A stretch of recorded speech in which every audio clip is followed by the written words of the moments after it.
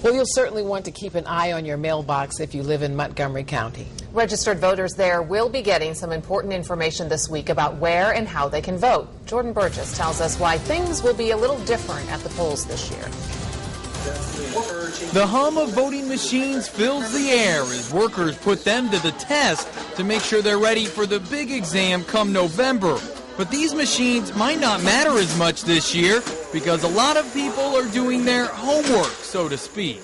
More and more people are voting absentee to avoid long lines on Election Day. It's more convenient for them. Gives them longer amount of time to actually go through the ballots. In fact, election officials expect nearly 40% of voters to cast absentee ballots in Montgomery County this November.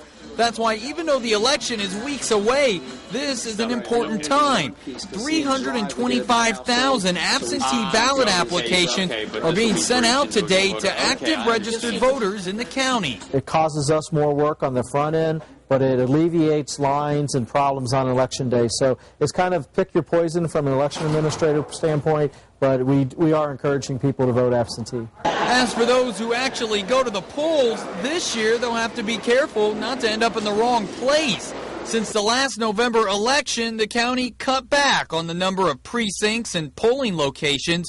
About 40% of voters will be affected by the changes. We just asked the voters to understand the logic behind it, and with more and more people voting by absentee and the savings of taxpayers in Montgomery County of over $200,000 justified the moves and the decision.